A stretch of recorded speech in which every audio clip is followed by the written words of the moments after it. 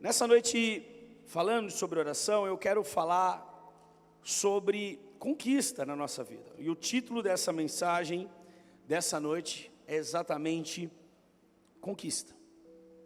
Conquista no sentido de promoção. No sentido de que você trabalha num emprego, numa empresa, e você está passando por um outro cargo, um cargo muito superior. Você é funcionário e está se tornando gerente. O sentido de promoção que eu quero falar nessa noite é exatamente sobre isso. E nós vamos falar sobre uma história que é fantástica, que é a história de Elias e Eliseu. Elias era um profeta da época, muito respeitado.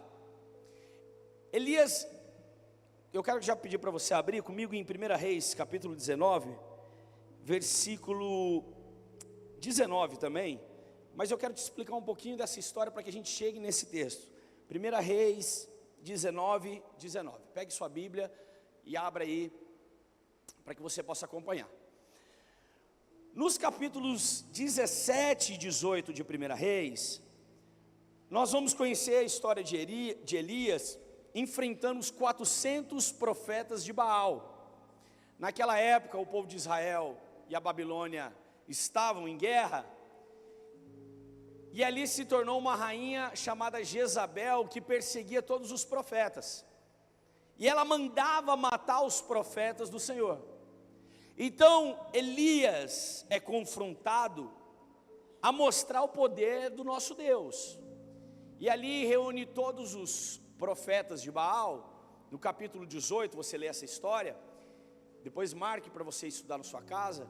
E ali é tão interessante essa história, porque Elias confronta eles dizendo: olha, traga um novilho, traga uma oferta, traga ali um bezerro, coloque no seu altar e ore para que o seu Deus mande fogo.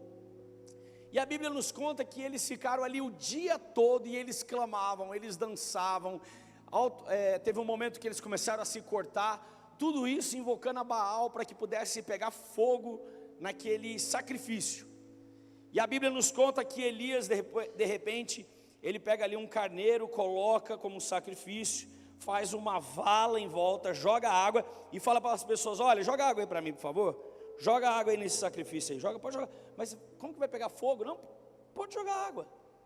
E Elias olha para os céus e fala: Senhor, o Senhor é meu Deus, o Senhor me enviou aqui, e se o Senhor me enviou aqui é com um propósito, então mande fogo do céu. E a Bíblia fala que naquele momento, então começou a pegar fogo aquele sacrifício, ao ponto de secar a água. Só que após esse episódio, Elias estava exausto, porque ele estava sendo praticamente o único profeta daquela nação. Então Elias começa a clamar a Deus, para que Deus tire a sua própria vida, porque ele não aguentava mais ver tanta perseguição, ele não aguentava ver mais tanta incredulidade sobre a vida das pessoas. Então ele começa a pedir a Deus: Deus, tira a minha vida, porque eu não suporto mais tamanha perseguição. Então o Senhor fala assim: Elias, eu não vou tirar a sua vida, mas eu vou criar um sucessor para você. Unja alguns reis que eu vou te falar, e unja também um rapaz chamado Eliseu. Ele está em uma terra, arando a terra para os seus pais. Naquela época, arar a terra era pegar 2 bois, colocava-se um cabresto, se colocava uma estrutura de madeira e vinha arrastando aquilo pelo chão, abrindo os veios e jogando as sementes. Então Elias vai fazer exatamente isso, vai ao encontro de Eliseu, aonde Eliseu estava trabalhando, e é onde nós vamos entrar nesse texto. Vamos lá, 1 Reis, capítulo 19, versículo 19 ao 21, está escrito assim: então Elias saiu de lá e encontrou Eliseu, filho de Safete. Ele estava arando com 12 parelhas de bois e conduzindo a 12ª parelha. Elias alcançou e lançou a sua capa sobre ele. Eliseu deixou os bois e correu atrás de Elias, dizendo: deixe-me dar um beijo de despedida em meu pai e minha mãe. E disse: então irei contigo. Volte e vá, respondeu Elias. Lembre-se do que eu lhe fiz. E Eliseu voltou, apanhou a sua parelha de bois e os matou, queimou, e o equipamento de arar para cozinhar a carne deu ao povo. E eles comeram. Depois partiu com Elias, tornando-se o seu auxiliar. Feche seus olhos por um instante. Vamos investir em uma oração. Pai de amor, muito obrigado por essa noite. Muito obrigado, Pai, por tudo aquilo que o Senhor fez e por tudo aquilo que o Senhor ainda há de fazer sobre esse lugar. Pai, que o Senhor fale conosco, o Senhor fale a cada coração, Pai. Senhor, que nessa noite o nosso coração seja uma terra boa e a Tua palavra seja a semente. Senhor Deus, que o Senhor transborde em nós o Teu querer e a Tua vontade, e o Senhor fale conosco, para a Tua honra e glória, em nome de Jesus. E a igreja diz, amém, amém, amém. Irmãos, é tão interessante porque sempre que o Senhor Ele chama alguém a algo, a um ministério, essa pessoa está fazendo alguma coisa. Jesus chama os seus discípulos, quando eles estavam pescando, cobrando impostos, fazendo algum tipo de coisa. E aqui o Senhor chama Eliseu no momento de trabalho. É tão interessante porque o texto não nos conta, mas eu imagino que Eliseu já era um simpatizante de Elias, conhecia o seu chamado, conhecia a sua história e a sua reputação por ser um grande profeta. Porque a Bíblia nos conta que quando Elias joga a capa sobre Eliseu, Eliseu imediatamente diz assim: olha, espera aí, rapaz, espera aí que eu quero só dar um beijo no meu pai e na minha mãe, despedir de geral e estou te seguindo. E Elias diz: pode ir. Em algumas versões da Bíblia está escrito assim: não se esqueça do que eu lhe fiz, Elias diz.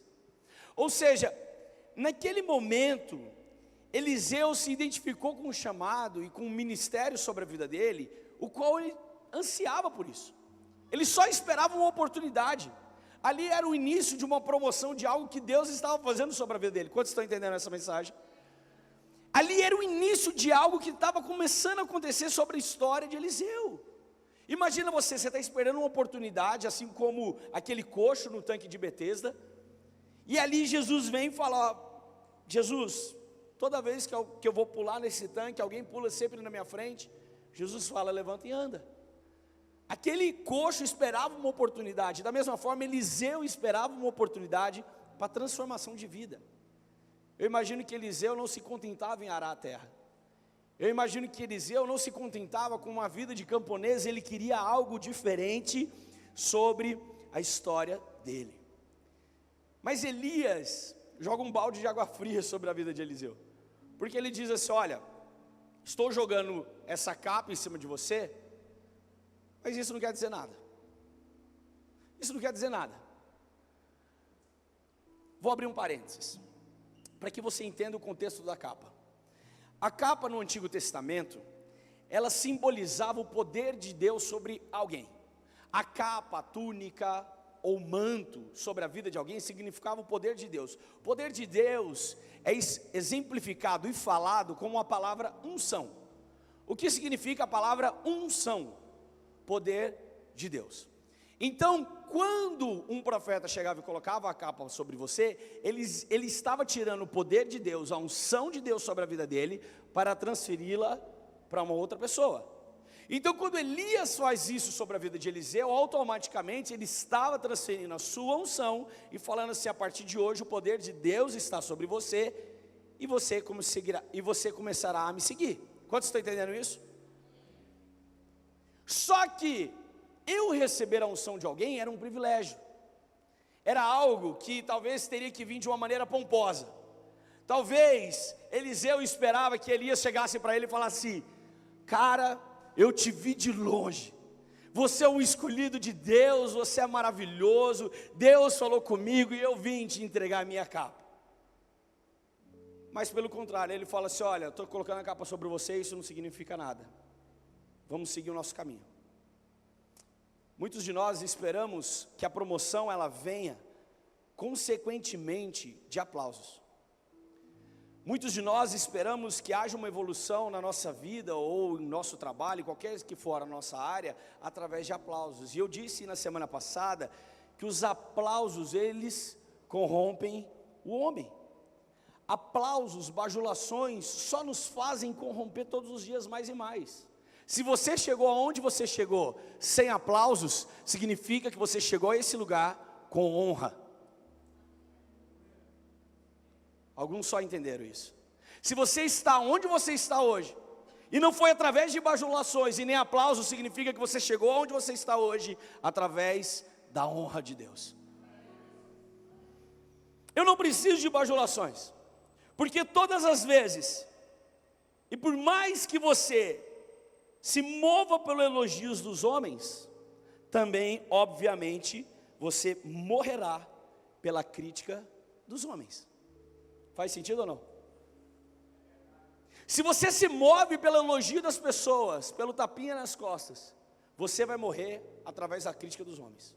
Você vai desanimar, você vai se frustrar, porque o seu ego, a sua carne pede que a cada dia mais você seja bajulado. E aqui Elias demonstra o primeiro teste sobre a vida de Eliseu. Sabe por quê? Porque se Eliseu não estivesse preparado para receber essa unção de cabeça baixa, sendo ali um servo, ele não estaria preparado, que nós vamos ler lá no final, mas já vou dar spoiler agora, a receber a unção dobrada de Elias sobre a vida dele. Se você não está preparado para receber e para administrar o pouco que Deus tem te dado hoje, você não está preparado para receber o muito que Deus pode colocar sobre a sua vida. Quantas vezes nós esperamos o muito de Deus, só que o nosso terreno nem está preparado? Ah, Senhor, eu quero que o Senhor faça isso, transforme, me leve de cargo, eu quero ser um diretor, eu quero ser aquilo. Mas você não consegue nem fazer um processo de digitação simples. E você já quer um outro nível da sua vida. Então Eliseu, nesse momento, ele está sendo preparado. E o Senhor se recusa a elevá-lo de graduação, a promoção por meio de aplausos. Como o seu chamado era tão forte e promissor, essa área, ela precisava ser trabalhada logo sobre a vida de Eliseu. Eliseu precisava ter a sua vida trabalhada. Eliseu precisava discernir o início de uma chamada, o início de uma promoção. E assim ele fez. Sabe o que a Bíblia vai nos dizer? Que João Batista foi um dos maiores profetas da história da Bíblia. João Batista, um dos maiores profetas do Antigo Testamento. Por que do Antigo Testamento? Porque João Batista antecede Jesus. O Novo Testamento se dá depois da morte e crucifixão de Jesus. João Batista é considerado um dos maiores profetas, e a Bíblia nos fala que sobre a vida de João Batista havia o espírito e a ousadia de Elias. E sabe o que é engraçado? Porque se a gente for ler esse texto, e nós vamos ler esse texto, se Eliseu recebe o dobro da unção, do poder sobre a vida dele, do que de Elias, então o maior profeta deveria ser quem? Eliseu. Então o espírito de Eliseu deveria ser sobre a vida de João Batista. Mas algo que Deus fez refletir sobre a minha vida é que quando, e eu quero falar com os pais e mães aqui nesse lugar, e pessoas que se sentem encorajadas a iniciar algo de Deus na sua casa, que todos aqueles que antecedem a nossa vida, os nossos pais, as nossas mães, quando eles dobram o joelho, eles conseguem abençoar uma geração futura. Se não fosse esse preço pago por Elias, se não fosse esse joelho dobrado por Elias, a unção não seria sobre João Batista e sobre Eliseu. Faz sentido para você ou não? Se você é pai, se você é mãe, ore pelos seus filhos todos os dias. Às vezes eles não estão aqui nessa noite, mas ore, não deixe de clamar. Sabe por quê, irmão? Eu orei durante 4 anos, e foi o processo inverso na minha casa, mas eu orei durante 4 anos pela vida da minha mãe. Eu dobrei meus joelhos. Eu oro todos os dias pelas minhas filhas. E a coisa que eu mais oro quando elas estão deitadas na cama, eu chego lá toda vez, eu falo a mesma coisa, abro a porta do quarto e falo assim: e aí, já oraram? Já, papai. Outras, não, a gente vai orar agora, papai. Então beleza, aí eu oro com elas, coloco a mão sobre a cabeça delas e falo: Senhor, que o seu temor esteja sobre a vida das minhas filhas todos os dias da vida delas. Porque quando há temor, há santidade. Porque quando há temor do Senhor, não há desvio da palavra de Deus. Eliseu, ele passava por esse processo. Eliseu estava ali, pegando algo que Elias já havia pagado o preço. Então nós vemos Eliseu recebendo uma capa, recebendo a unção. E eu quero convidar você agora, a nós pularmos para 2 Reis, capítulo 2, versículo 1. Nós vamos ler um pouco de texto. Então eu queria muito que você pudesse ler na sua Bíblia. E se você tem um aplicativo, você clique aí e grife esse pedaço.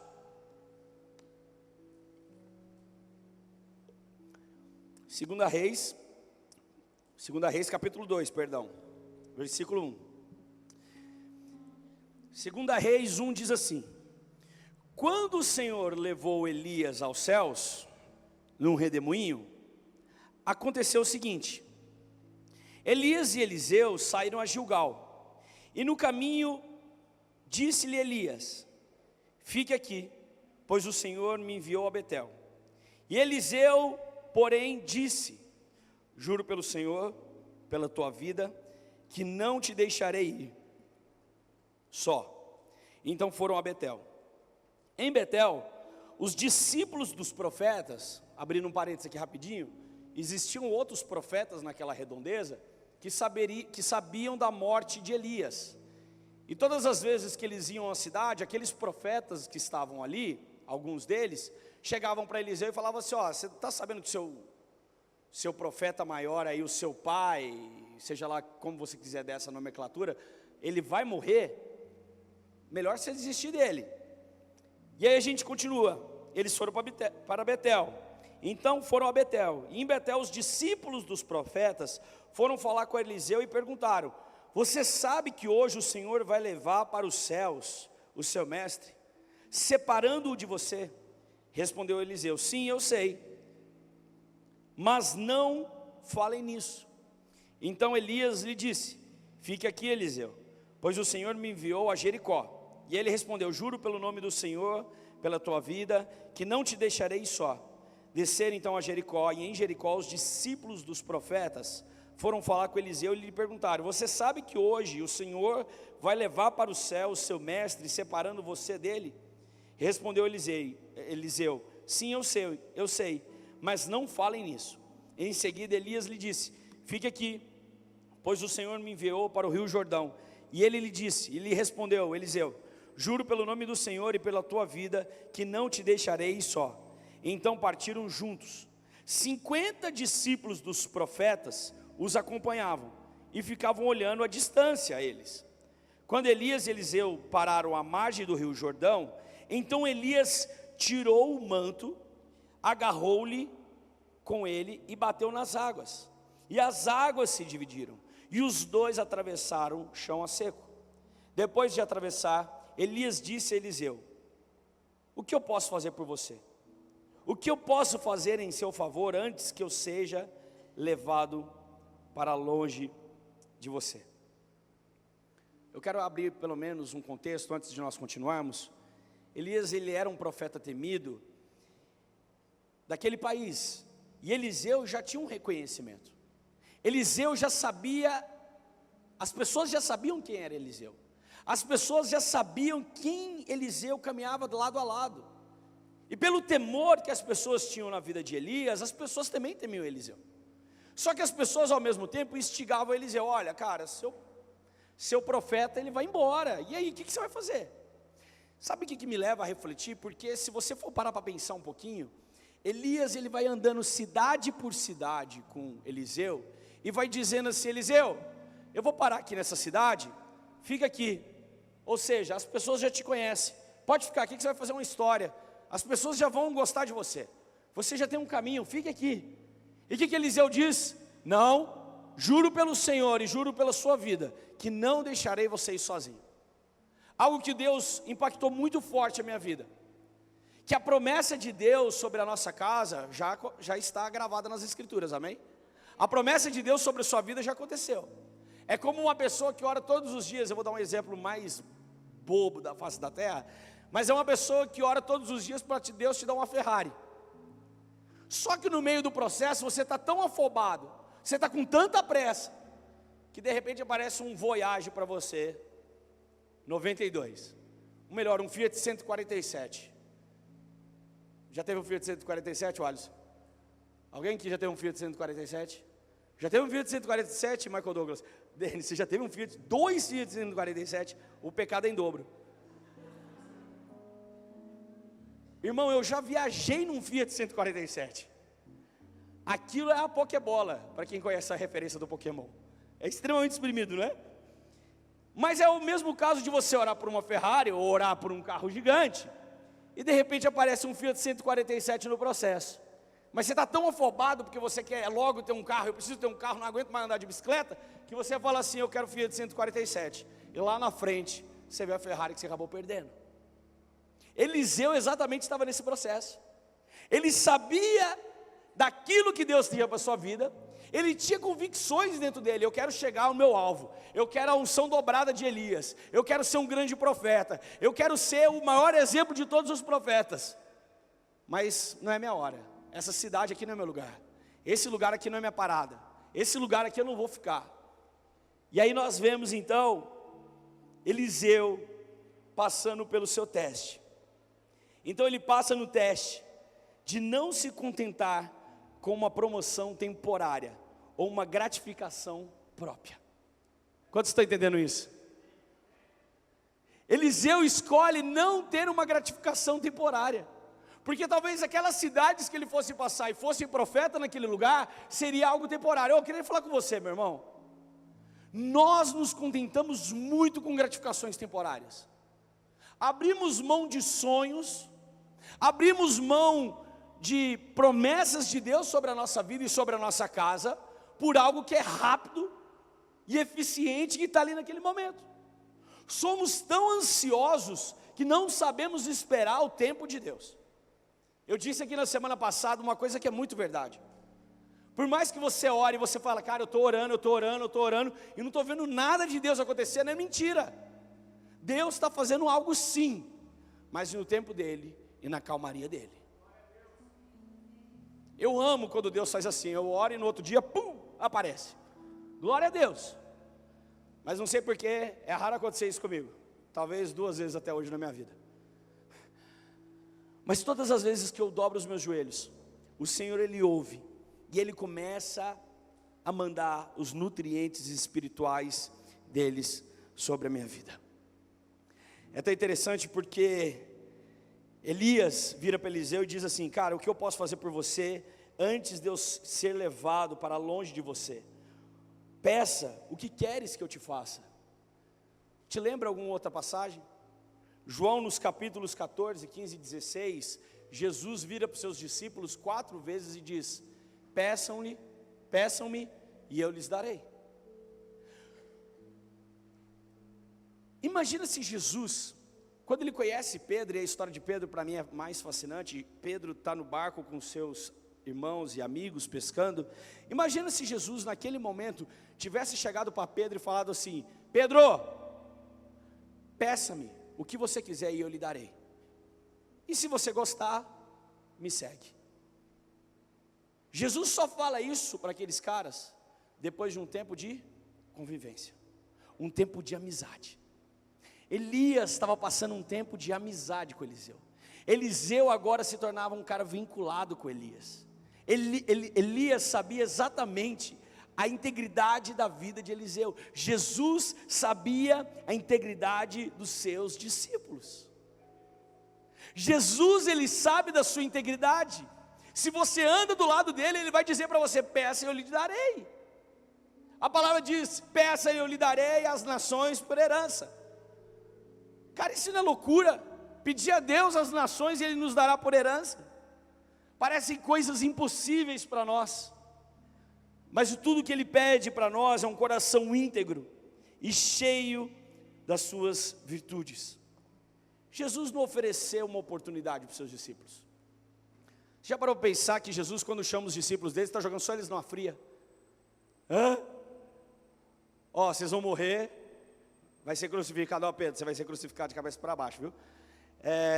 Um vai tomar uma espadada aí, vocês vão passar fome, o pessoal vai te apedrejar, vocês vão ser os renegados da sociedade. Jesus não estava chamando eles para ir para a Disney.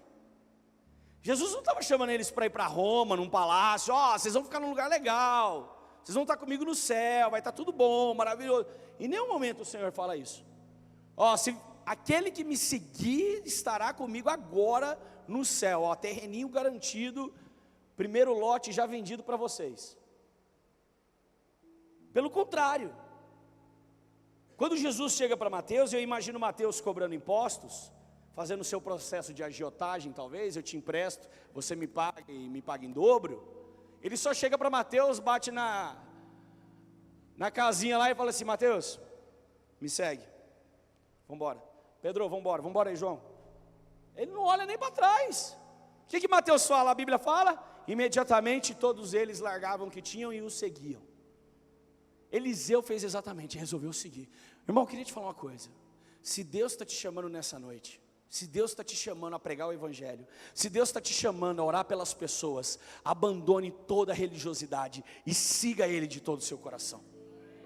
Se Deus está te chamando hoje a abençoar vidas de pessoas, abandone tudo aquilo que te impede de seguir Ele, abandone toda a corrupção, todo o adultério e siga Ele de todo o seu coração. Cara, eu fiz isso, e eu tenho feito isso todos os dias. Ou você acha que aos domingos a gente não sente vontade de ficar em casa, deitado com as minhas filhas assistindo Netflix? A Janaína sabe, domingo, irmão, acordo 9 horas da manhã lá, é o horário máximo que eu posso dormir, sento, pego a Bíblia, e vou até as 4:30 da tarde, estudando a palavra, tomo banho e venho para a igreja. Pastor, mas você escolheu fazer isso. Não, eu não escolhi. O que eu escolhi foi seguir ao Senhor Jesus, e fazer aquilo que foi me denominado como um propósito de vida. Deus te chamou hoje.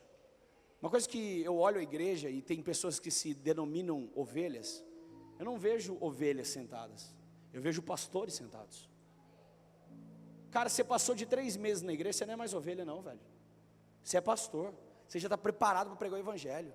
Mas eu estou há 20 anos na igreja, irmão, é porque você ainda não abriu a boca para falar do amor de Jesus.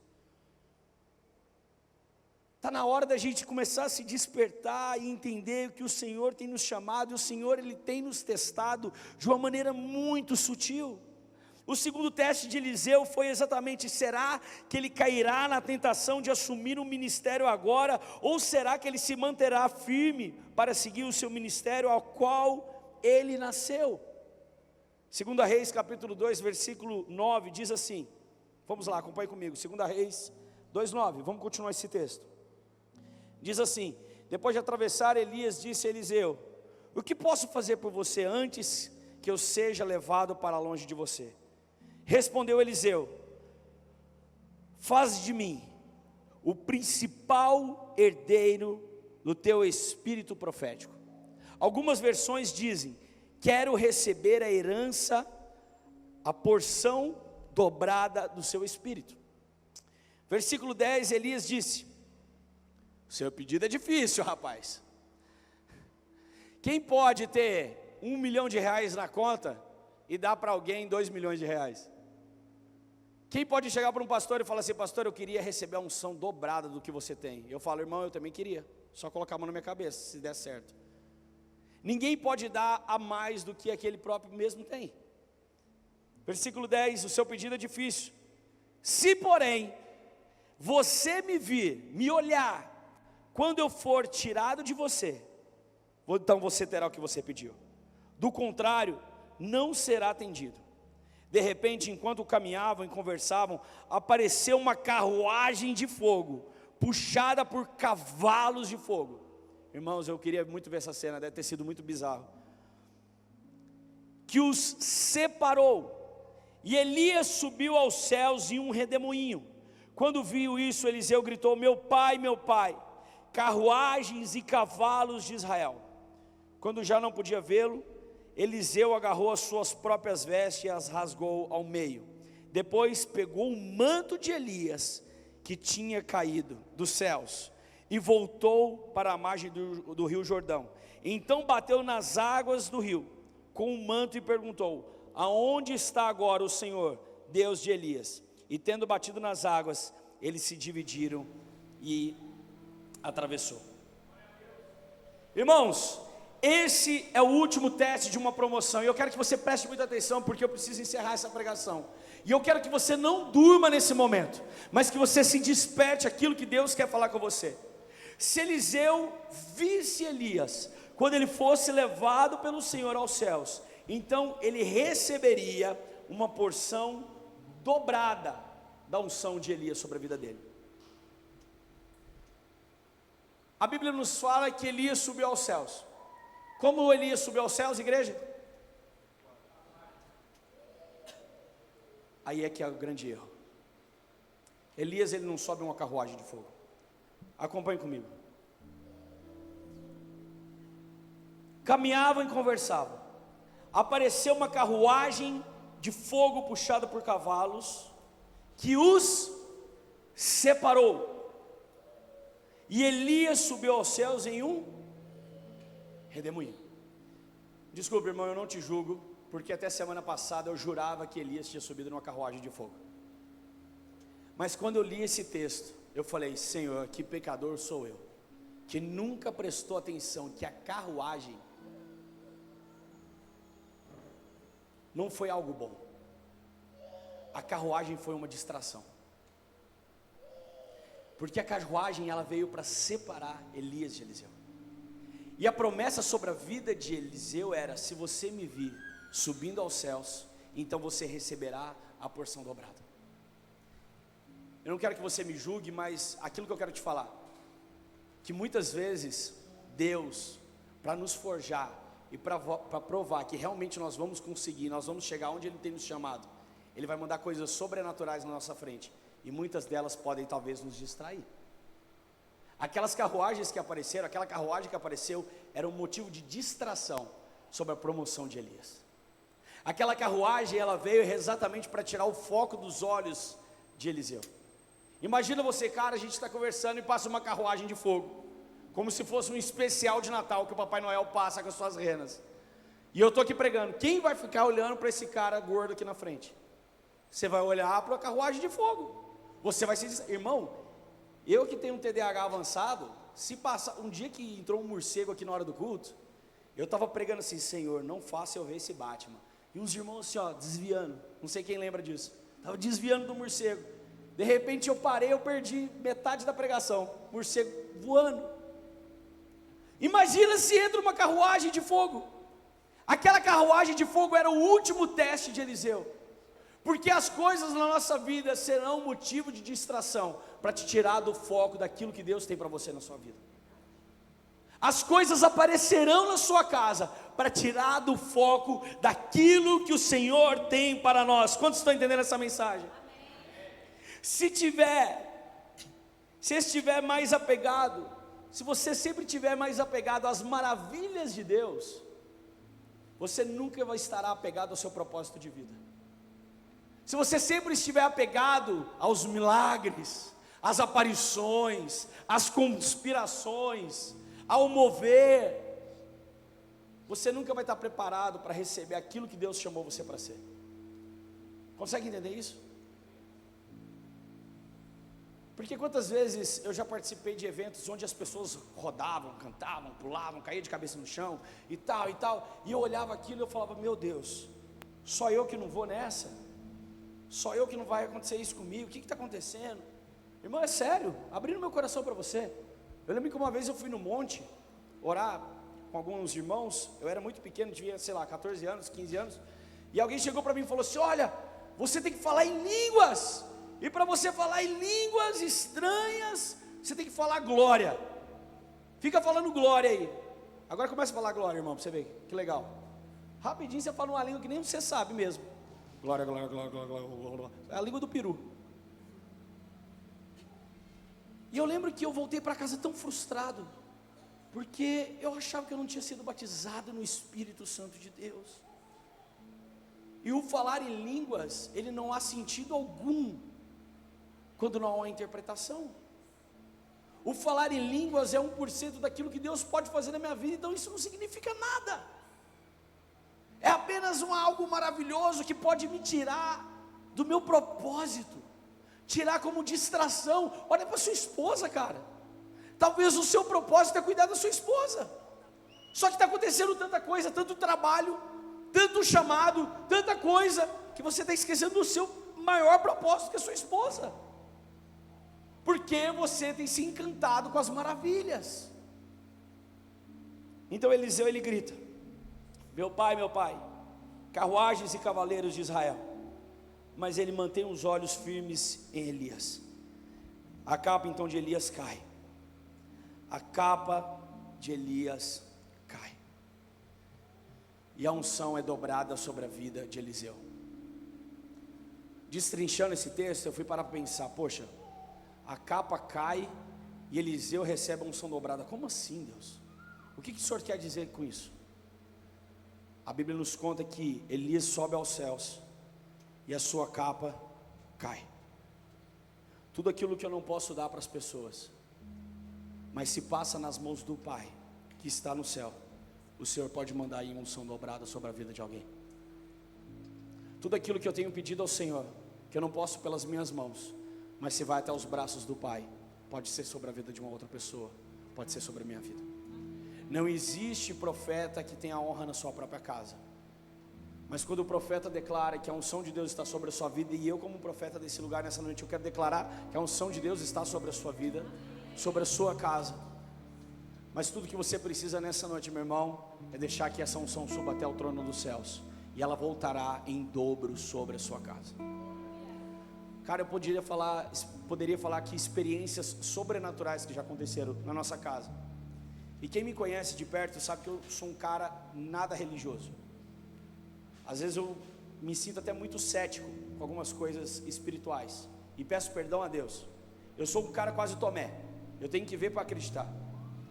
Mas várias vezes a gente sofreu reais guerras espirituais em casa, eu e a Jana, com as nossas filhas. Eu lembro que uma vez a Nanda ficou muito doente. Ela era uma bebezinha e a gente não sabia o que a gente fazia.